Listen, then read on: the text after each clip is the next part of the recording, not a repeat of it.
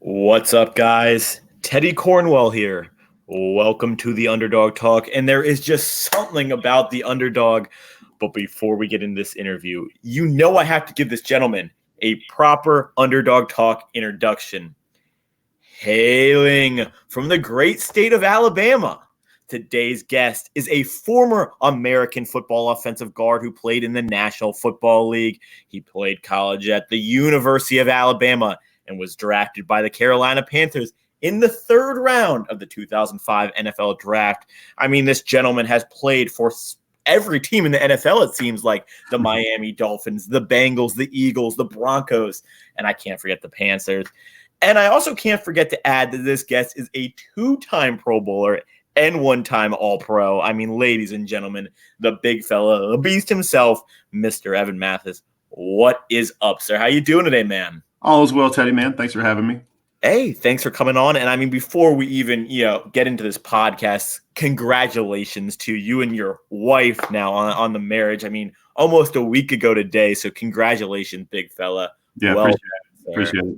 Yeah, we had a great wedding out in California last Friday, the 11th, 11/11/22. It was a good time.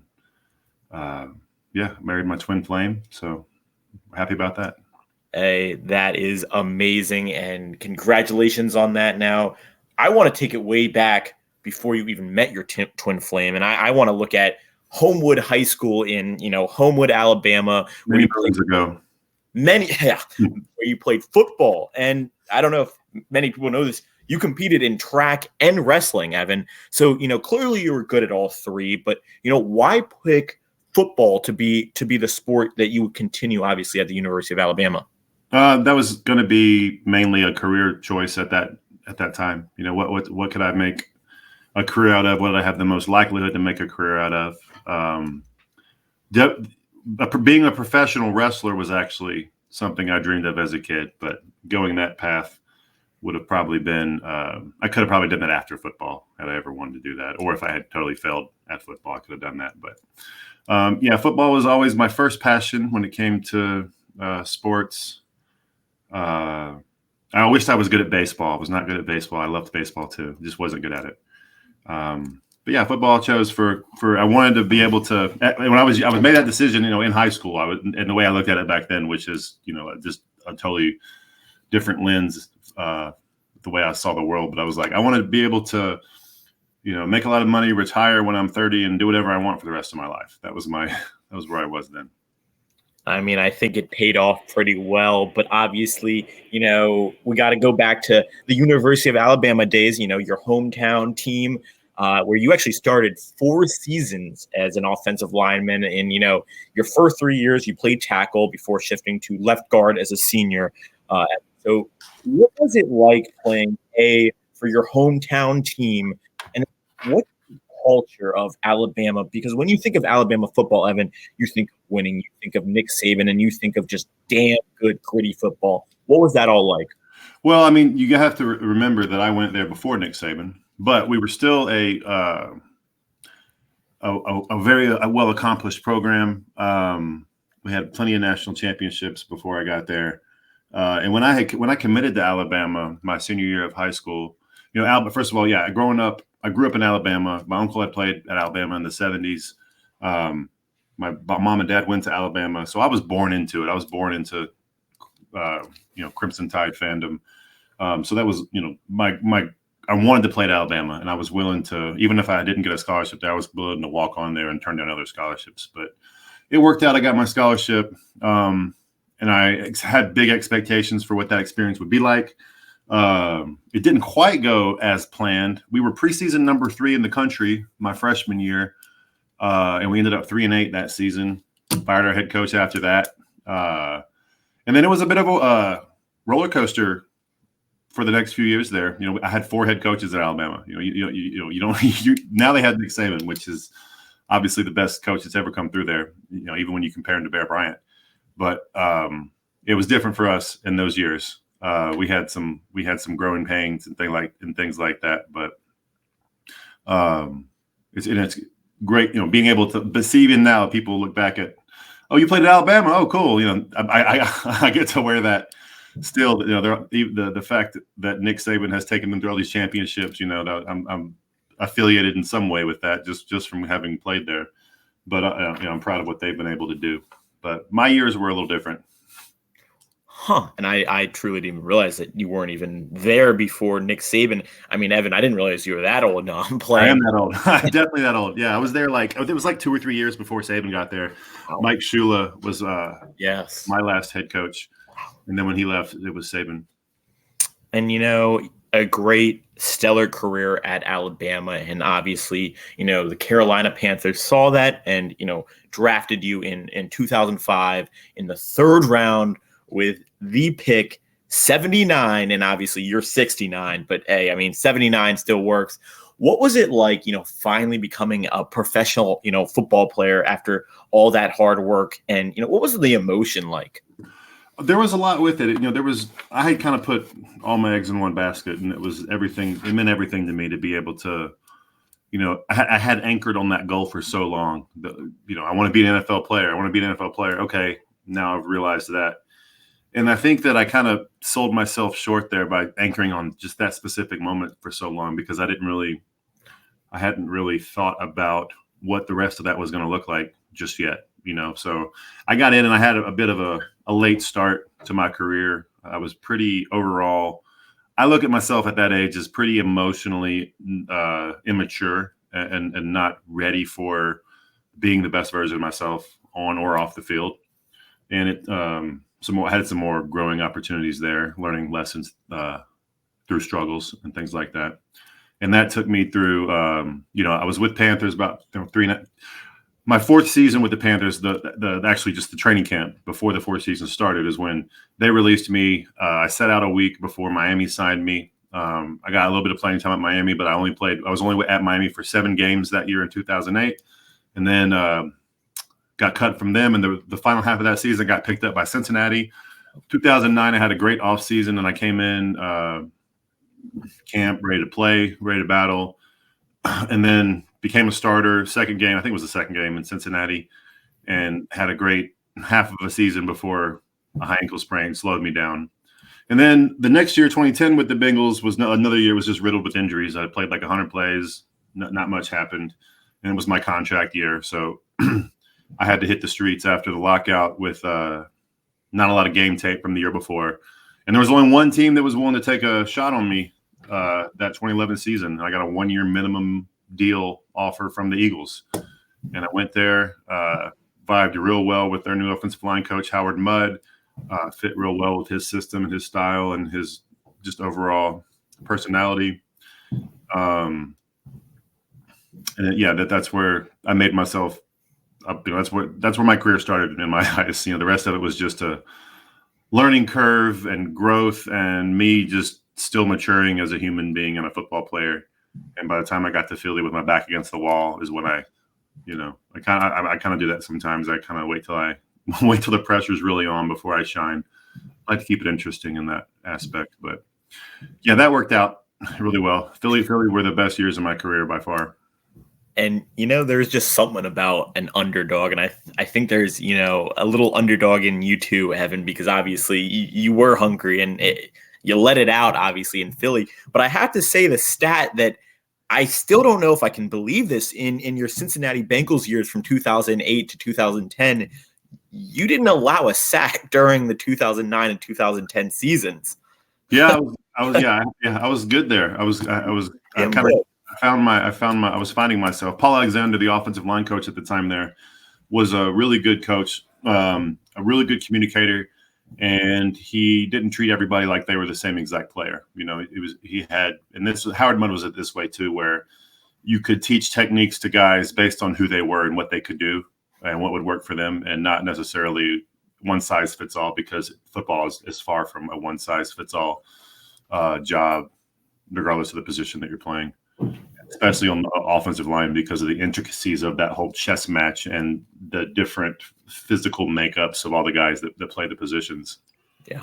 And obviously, I think you've shown in even the Bengal thing, but I just have to read some of the achievements. I know you won't do it, so I have to say it. I mean, Pro Football Focus, rated you as the best guard in the NFL for the 2011, 2012, I'm not even done, 2013 season, and in 2014, you were rated as the second best guard in the league, which I have to just throw in. You missed 7 games due to injury. So, I mean, what is the training actually like in becoming, the best? Because you really were for those years. Yeah, I had always done the physical part the right way. I had always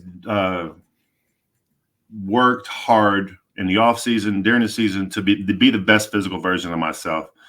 But I think what really helped me get it together was the intellectual part of it and the emotional part of it. The emotional part being, being able to process your emotions and being able to accept criticism, being able to accept defeat, being able to just take those in stride and learn from them. And then the intellectual part of the game, constantly evolving my technique.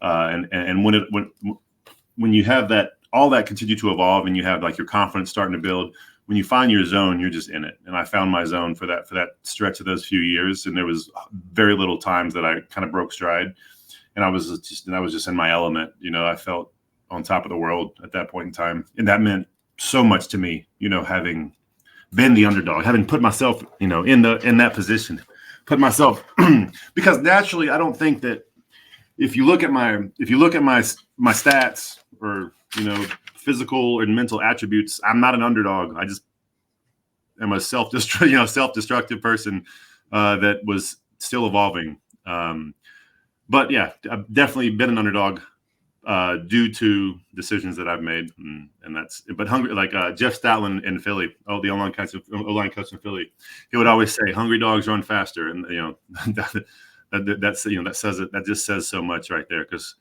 hungry dogs do run faster. The depending on your life situation, so many other variables. There's different things that impact your drive and what we're calling hunger in that metaphor.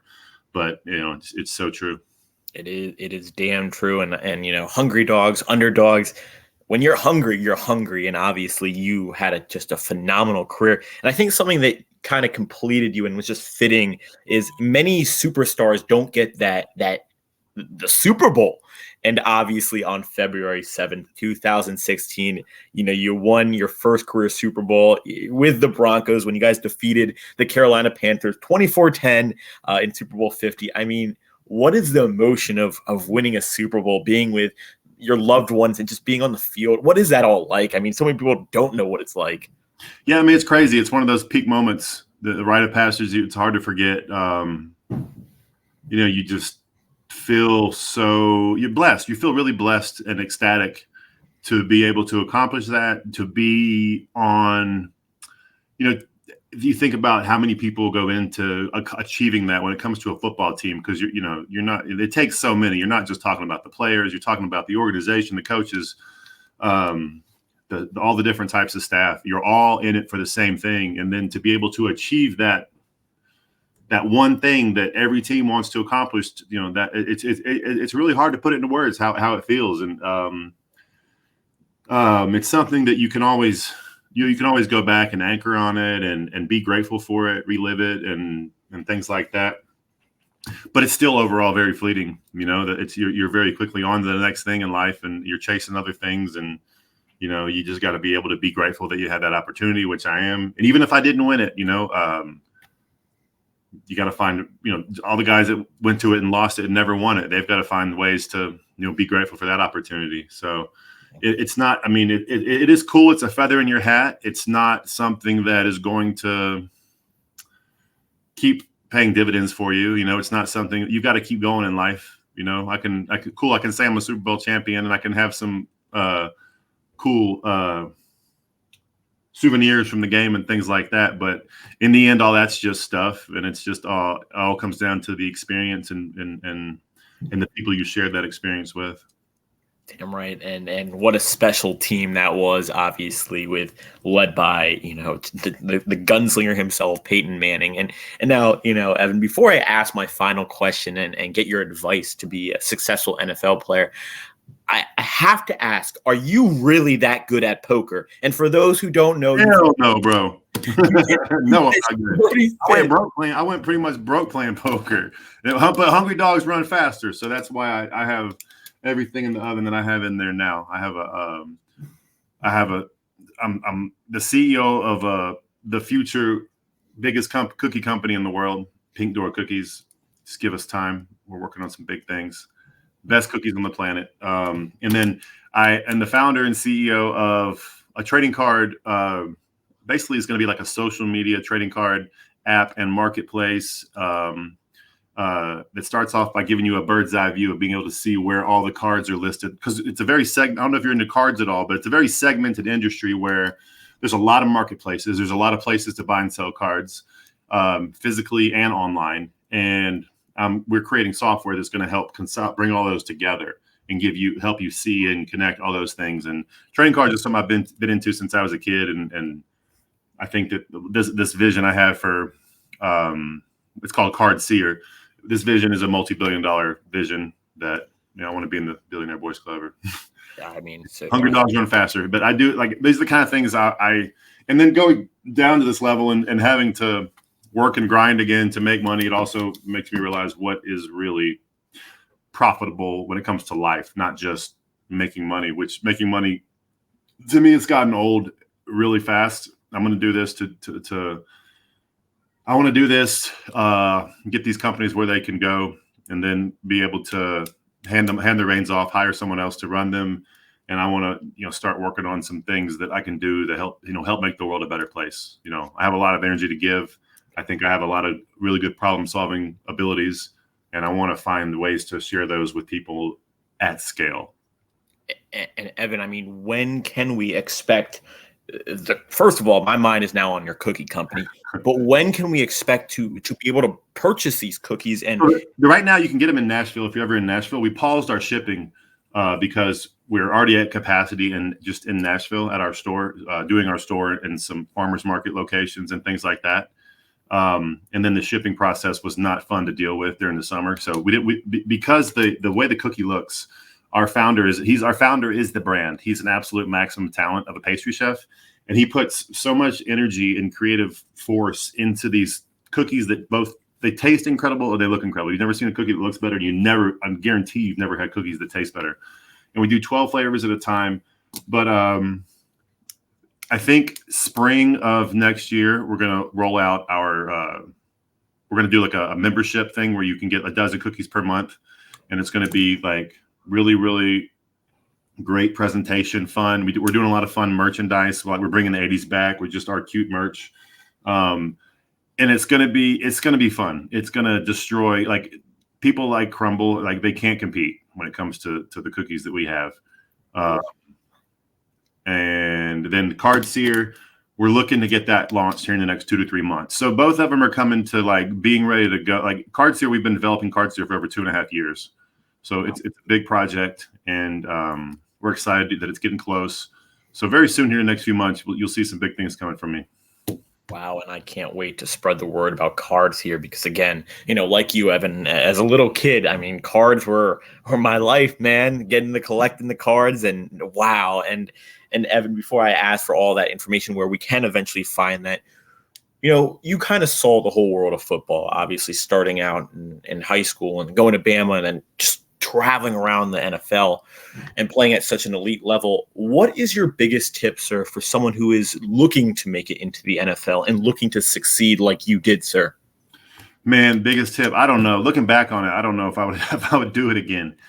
It takes a lot of sacrifice, and you're honestly, I mean, it's pretty self-serving overall. I think to even want to try to do that, it's hard to do that and live a balanced life. It's hard to do that and be able to give other people and things your energy at a level that, is really beneficial to them. Football is a lot. It takes a lot out of you. It's a huge sacrifice. I think it's pretty sinful overall, the amount of energy that it takes to play the game. I don't even watch it anymore. I don't watch any football at all.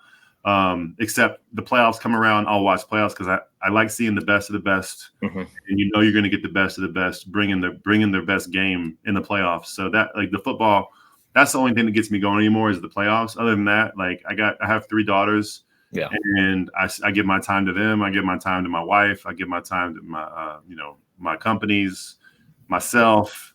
I'm trying to live a little healthier life, and it's quite a commitment for me to be able to have given so much of my life to football. And then, if you imagine just how long a game takes to watch on a Sunday, like 3 or 4 hours, it's a long time. Yeah. There's a lot, and I have a lot of things on my to-do list that I want to get to. A lot of books I want to read, things like that. And if I keep just blasting, if we had like a bar graph for how much energy has Evan given football, I think it's already way up here. There's a bunch of other stuff that we got to work on. But to answer your question, and I think this is probably advice I would use for anything that you wanted to be or do. You have to, whatever you're doing, you have to ask anything that you're doing. You ask yourself, how will this affect me as in this instance, a football player? And this could be like the way I'm eating, or decisions I'm making. Like, do I want to go out tonight? How will this affect me as a player? How is this going to affect my recovery?